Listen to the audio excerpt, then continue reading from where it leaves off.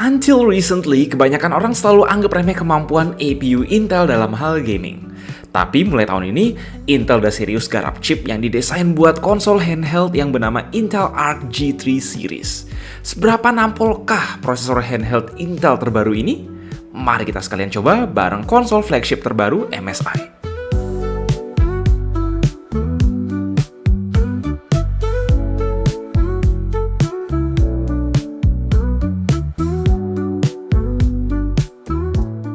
Tampil sedikit beda dari Claw 8 yang pernah kita bahas tahun lalu, Claw 8 EX AI Plus ini punya desain dan ergonomik yang up to date.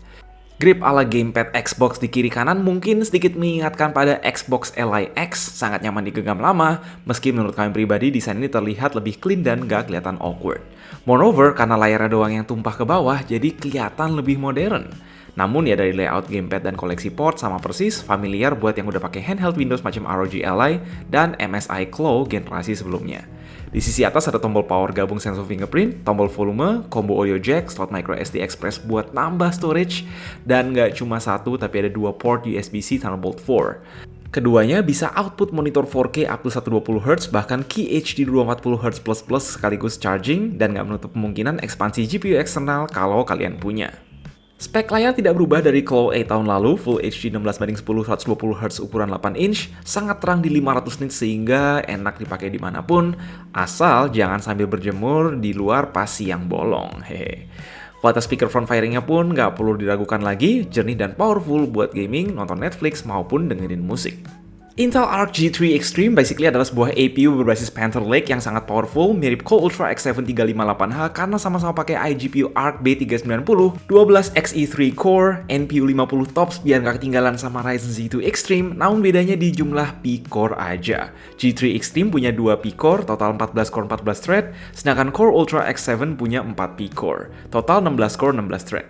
Untuk kebutuhan gaming, performa iGPU kencang tentu jauh lebih crucial daripada punya CPU sekencang mungkin, which Arc B390 ini lebih kencang dari semua iGPU Intel maupun AMD di kelas APU mainstream dengan efisiensi tinggi.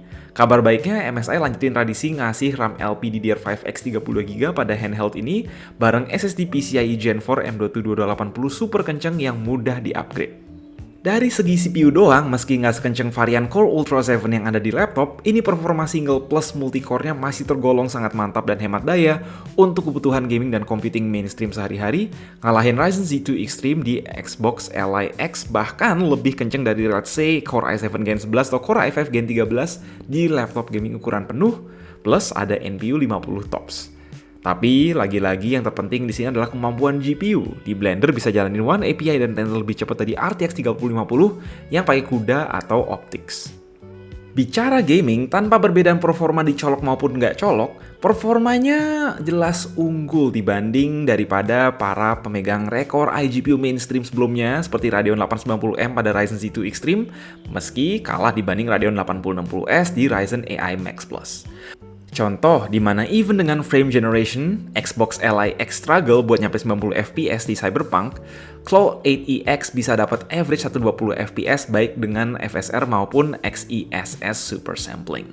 Forza Horizon 6 pun lancar di setting medium, Wukong medium dapat 40-an FPS tanpa frame gain, Stellar Blade setting high dan Arknight Sandfield setting medium pun lancar. Gue bisa safely bilang ini handheld mainstream merek global dengan performa terbaik yang ada di pasaran sekarang.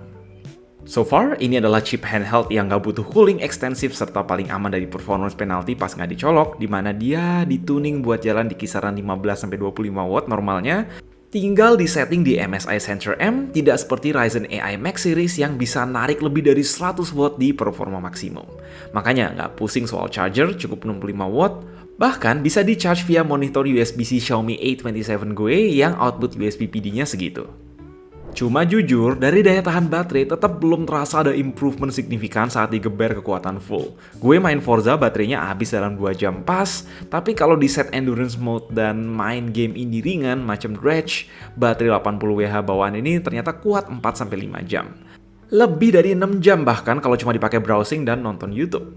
Dengan performa dan battery life yang fleksibel, asli ini mantep banget kalau mau sambil dipakai sebagai mini PC. Well, yang ngeri-ngeri sedap dari handheld ini tinggal masalah harga. Dengan keunggulan performa dan fleksibilitas yang kita dapetin, ditambah harga komponen dan kurs dolar saat ini, sejujurnya nggak heran kalau harga banding launchpad MSI Claw EX AI Plus sampai 30 juta. Ya, soal worth it atau enggaknya, apakah mending sekalian beli laptop gaming aja kalau harganya segini, itu balik lagi ke masing-masing preferensi. Gue pribadi mungkin nggak perlu-perlu amat handheld yang performanya setara RTX 3050, bahkan udah happy dengan performa MSI Claw 8 Ryzen atau ROG Xbox Ally X yang jauh lebih terjangkau. 24GB RAM itu udah lebih dari cukup untuk sebuah handheld, sedangkan 32GB RAM jatuhnya udah agak overkill, kecuali emang mau dipakai sebagai mini PC buat produktivitas dan multitasking. Itu dulu aja sekilas tentang si Claw EX AI Plus serta Intel Arc G3. Gue Mike, see you in the next video.